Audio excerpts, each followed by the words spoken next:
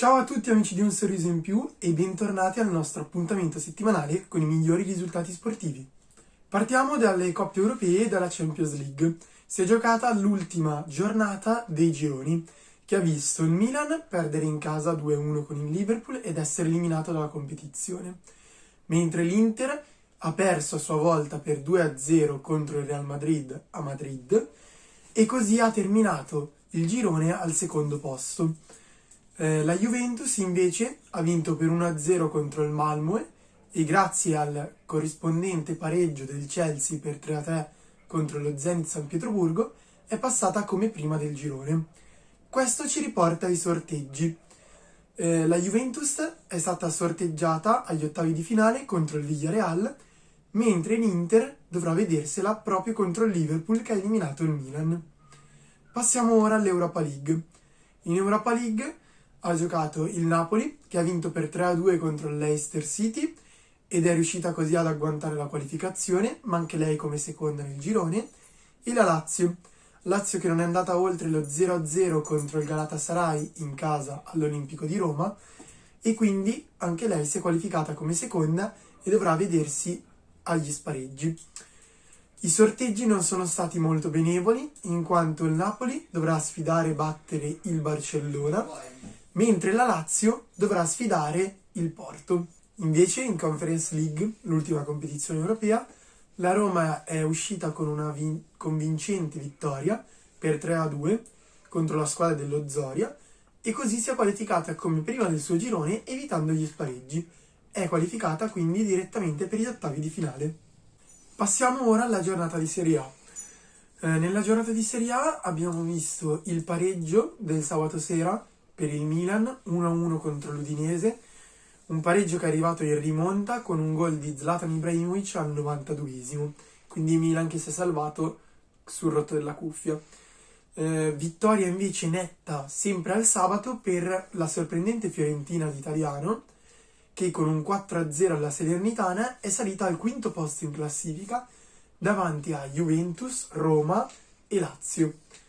Juventus che invece è uscita con un solo 1-1 contro il Venezia, un pareggio che non l'aiuta nella risalita in classifica e che anzi rallenta ancora di più il cammino dei bianconeri. Vittoria invece per l'Atalanta per 2-1 contro l'Hellas Verona, per l'Inter che ha vinto per 4-0 a San Siro contro il Cagliari anche lui sempre più in crisi e sempre più vicino alla retrocessione. Invece un'ottima vittoria è arrivata per la Roma 2-0 contro la Salernitana e l'ultima sconfitta da segnalare invece è per la Lazio che ha perso 2-1 contro il Sassuolo. Lazio che era andata in vantaggio per 1-0 ma non è stata in grado di mantenere il vantaggio e anzi si è fatta rimontare dai neroverdi. Terminiamo ora con la Formula 1. Come magari vi ricordate, siamo arrivati all'ultimo appuntamento ad Abu Dhabi con i piloti in testa alla classifica, Hamilton e Verstappen, appaiati a pari punti. Quindi il primo che taglierà il traguardo in questa decisiva ultima gara sarà il campione del mondo. Partiamo dalle qualifiche. In pole position si piazza Max Verstappen con un giro clamoroso in cui refila ben 3 decimi di distacco all'inglese Lewis Hamilton. Alla partenza è però l'inglese della Mercedes il più lesto a partire e quindi a posizionarsi in testa alla gara. Verstappen prova subito a recuperare forzando una staccata in curva 6, ma l'inglese della Mercedes è molto furbo e si fa portare verso l'esterno e taglia la chicane e mantiene così la prima posizione. La gara procede con la Mercedes di Hamilton che guadagna sempre più vantaggio, mentre la Red Bull di Max Verstappen sembra non avere le carte per poter vincere la gara.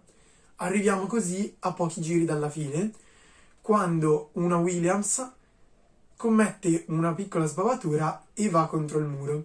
Il pilota esce illeso, ma purtroppo la macchina è in mezzo alla pista.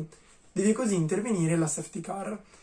La safety car è una vettura che si piazza davanti alle macchine da Formula 1 e viaggia a una velocità più bassa, facendo rallentare tutto il gruppo e permettendo ai commissari di entrare in pista e rimuovere la macchina incidentata.